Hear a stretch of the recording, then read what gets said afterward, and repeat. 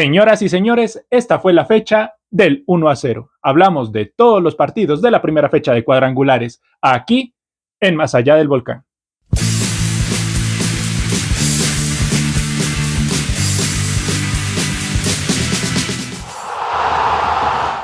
Pero antes de comenzar con este video, no se olviden de darle like y de suscribirse a este canal para llegar a la meta de los 1000 suscriptores. También pueden ir a seguirme a todas mis redes sociales, el link lo encuentran aquí abajo en la descripción. Sin nada más que añadir, comenzamos.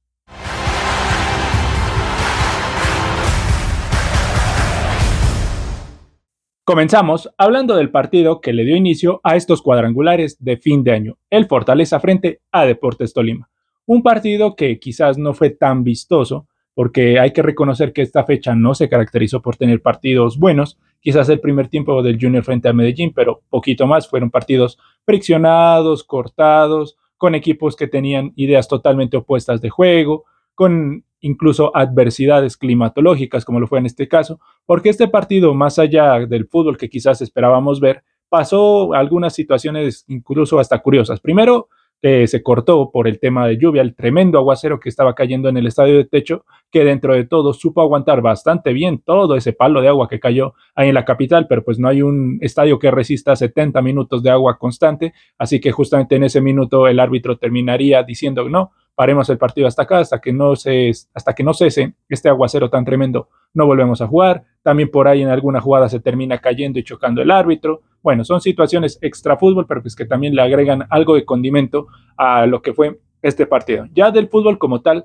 hay que decir que Fortaleza se le notó ese pánico escénico con el que entró. Al fin y al cabo son los primeros cuadrangulares que juega este equipo en toda su historia, y además tengamos en cuenta que el plantel también es de jugadores bastante jóvenes, por nombrar dos casos puntuales, dos jugadores de Selección Colombia Sub-20, el caso de Emilio Aristizábal, el hijo del ídolo, y el caso de Jordan Barrera, el arquero titular de aquella Selección Colombia que quedó tercera en el Mundial Sub-20. Así que digamos que los nervios estaban ahí a flor de piel en los primeros minutos, donde el Tolima supo ser superior, pero llegaría un momento donde Fortaleza se acordó de cómo jugaba, de ese buen fútbol que lo llevó a estar en cuadrangulares, incluso de manera sobrada, con fechas de anticipación, pero en el momento más parejo del partido pasaría lo siguiente. En el minuto 32, para ser más exactos, llegaría una jugada del Deportes Tolima que nace en la mitad del campo. Desde ahí se filtra un pase hacia Junior Hernández. Junior Hernández termina viendo que su compañero Adrián Parra está totalmente habilitado, le tira el pase en profundidad. Adrián Parra saca un remate cruzado imposible de atajar para Jordan Barrera, y ahí el Tolima se ponía 1-0 en el que era quizás el mejor momento de Fortaleza.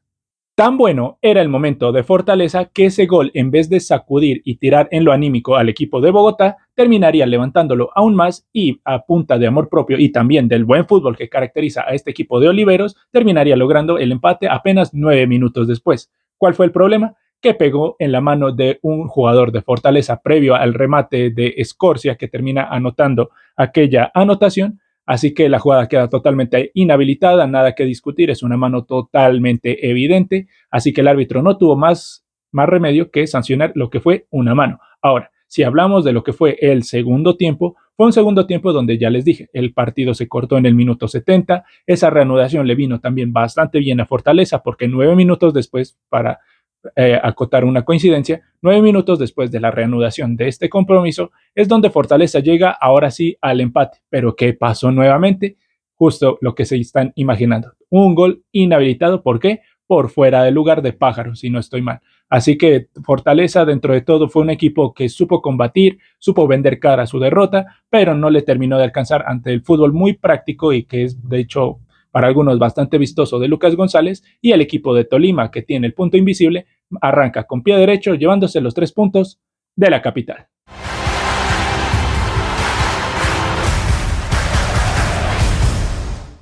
Ahora, en el otro partido del grupo B, Bucaramanga supo sacar la diferencia y le ganó 1-0, como ya se habrán imaginado, a Independiente Santa Fe. Este compromiso en el Américo Montanini se caracterizó por un dominio absoluto del equipo que ejercía como local, el Atlético Bucaramanga, que a pesar de que se encuentra inferior en el historial general por liga frente a Independiente Santa Fe, últimamente los hinchas del Bucaramanga los catalogan a los santafereños como sus propios hijos, siendo que en el historial están creo que por 50 o 40 partidos por debajo. Más allá de las cargadas de los hinchas de Bucaramanga frente a Independiente Santa Fe, Bucaramanga supo ser un equipo bastante ofensivo, bastante profundo, que le supo hacer daño por donde quiso a Independiente Santa Fe, más allá de un intento de remate desviado de Rodallega por ahí en el inicio del partido. Bucaramanga se supo asentar, supo responderle a su gente, que no llenó el estadio, eso también hay que decirlo, pero tuvo una asistencia bastante importante.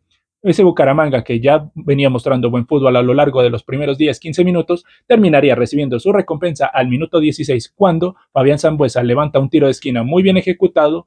Luciano Pons, que es el goleador del equipo y que anda enchufado y busca también competirle esa tabla de goleadores a Fridisewski. Luciano Pons se termina ni siquiera levantando, simplemente metiendo el gesto técnico de cabezazo hacia el arco que defiende Mosquera Marmolejo, le gana al Turro Olivera, ponía el 1-0 y el Américo Montanini era una fiesta. Y perfectamente el Atlético Bucaramanga pudo seguir de largo, meter el segundo, meter el tercero, pero llegaría una jugada que quizás es infortunada porque quizás no se puede medir por la intención de Gustavo Charrupi, pero también hay que medir el punto de contacto y la intensidad donde se da esa falta, porque si el volante del Atlético Bucaramanga terminaría recibiendo una tarjeta roja cercanos al minuto 42, que terminaría partiendo las cosas e inclinando un poco más la balanza a favor de Santa Fe.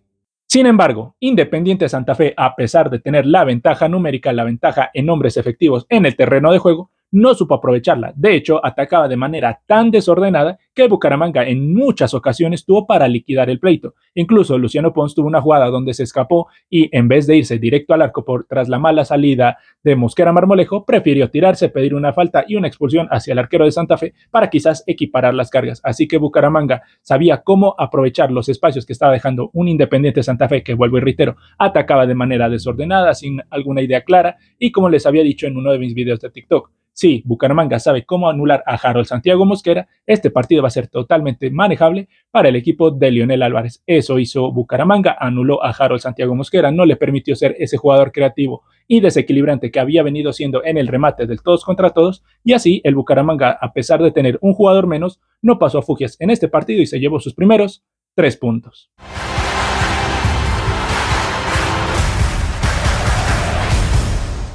Ahora, por los lados del grupo A, Junior le ganó 1-0 al Independiente Medellín. Un Independiente Medellín que fue un equipo muy, pero muy comelón en el Metropolitano de Barranquilla, que últimamente ha sido una plaza donde se le ha complicado bastante los diferentes partidos que ha ido a visitar. Incluso recordemos que ahí inició perdiendo la ida de aquella final, que a la postre terminaría perdiendo frente al Junior de Barranquilla en el Atanasio. Un partido que en el primer tiempo fue una cara y en el segundo tiempo fue otra completamente distinta. En el primer tiempo fue un partidazo sin ningún tipo de dudas, quizás era el partido más atractivo y de hecho creo que con ese primer tiempo le alcanza para ser el partido más atractivo de la primera fecha de cuadrangulares. Un partido que tenía acciones en cada uno de los arcos, sobre todo un poco más claras y más efectivas en el arco que defendía Silveira, el arquero del Junior.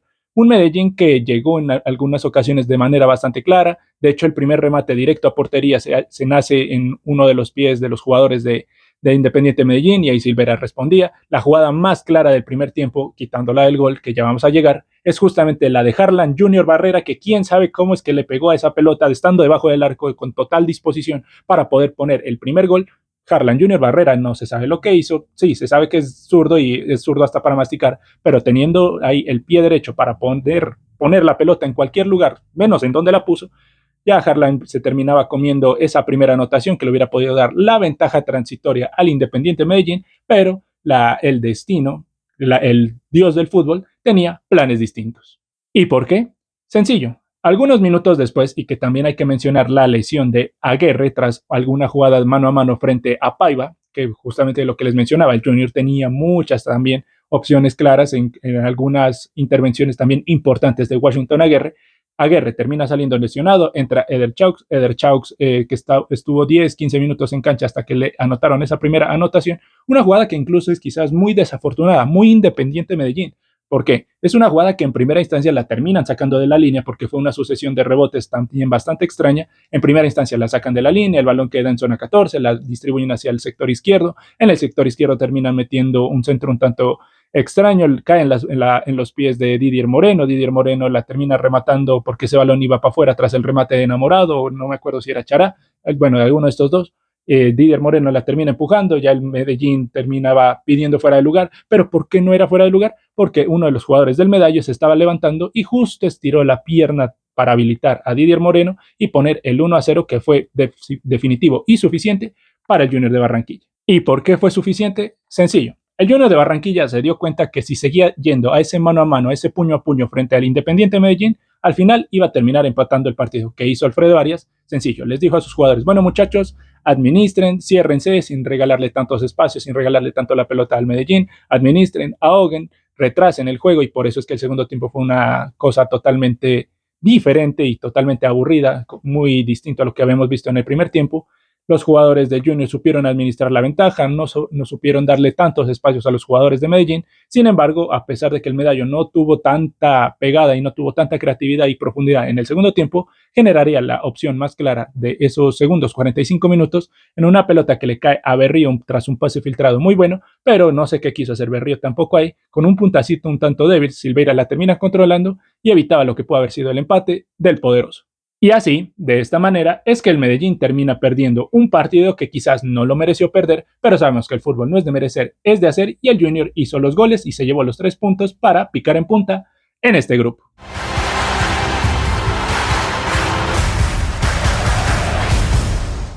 Por último, tenemos el partido que quizás generaba más morbo en esta fecha, el Nacional frente al América de Cali. Un partido que lo hemos visto en demasía en estos últimos meses o en estas últimas semanas, porque se habían enfrentado en la fase del todos contra todos, se habían enfrentado en la semifinal de la Copa Betplay. Así que bueno, dentro de todo, el América había estudiado, había analizado cuáles fueron sus errores en estos compromisos donde en la mayoría de ellos cayó goleado, por ejemplo, la semifinal de Copa en ese 4-1 recordado con gol olímpico incluido, aunque para mí es más culpa de Soto en aquella oportunidad, el gol de Rengifo. Pero volviendo al partido de esta fecha, el América de Cali entendió que no puede ir de tú a tú frente a Atlético Nacional. Atlético Nacional es un equipo que está 1 o 2 escalones por encima. De hecho, en las pocas escapadas que tenía América, se notaba una deficiencia técnica impresionante en el conjunto americano. Pero bueno, ya volviendo a lo que hacía América. América lo que hizo fue, bueno, controlemos esto, encerrémonos atrás, hagamos lo que hizo Australia frente a la selección Colombia y encerrémonos. Ya lo que tenga que caer, que caiga. Si perdemos por 1, pues bienvenido sea. Si empatamos, mejor. Pero bueno, sabemos que un equipo que juega siempre a defenderse, tarde o temprano termina fracturándose, termina cometiendo u otorgando algún mínimo espacio que un rival como Atlético Nacional lo termina aprovechando. Y efectivamente, tras algunas sustituciones del técnico Diego Arias de Atlético Nacional, en el segundo tiempo y apenas hasta el minuto 75-74 por ahí, terminaría llegando un gran centro de Marlos Moreno que termina encontrando la cabeza de Mateus Uribe, que pone también un cabezazo espectacular, un muy lindo gol que Mateus Uribe lo cantó a rabiar con esa cámara que temblaba incluso en el Atanasio Girardot de la celebración de los hinchas de Atlético Nacional. Un partido que no fue vistoso. América salió a encerrarse, salió a proponer un fútbol bastante escaso. Daba la impresión de que si el América se animaba un poquito más, algo más de daño podría hacerle, pero vuelvo y reitero, la calidad técnica e individual de muchos jugadores del América de Cali no da para más. Es un equipo que está muy por debajo en las aspiraciones de lograr ese cupo a la gran final y veremos a ver qué puede ofrecer ese América que más tiene pinta de ser juez de alguno de estos equipos en este cuadrangular. Y listo, señores, eso fue lo que nos dejó esta primera fecha de cuadrangulares. Recuerden ir a seguirme a mi TikTok, ahí subo las predicciones fecha a fecha de lo que van a ser estos cuadrangulares. En esta fecha tuve 2 aciertos, 2 errores. Acerté la victoria de Nacional y la de Bucaramanga. Le erré al empate entre Fortaleza y Tolima y al empate entre Junior y Medellín, que dentro de todo fueron empates que estuvieron ahí en la mesa, estuvieron serviditos, se pudieron haber dado, pero a la final no se terminaron dando. Así que si quieren ir a ver las predicciones de esta fecha número 2 de los cuadrangulares, vayan a mi TikTok, ahí lo podrán encontrar. Como saben, el link está aquí abajo en la descripción. Sin nada más que añadir, yo me despido, nos veremos en la fecha 2 y que sea hasta la próxima.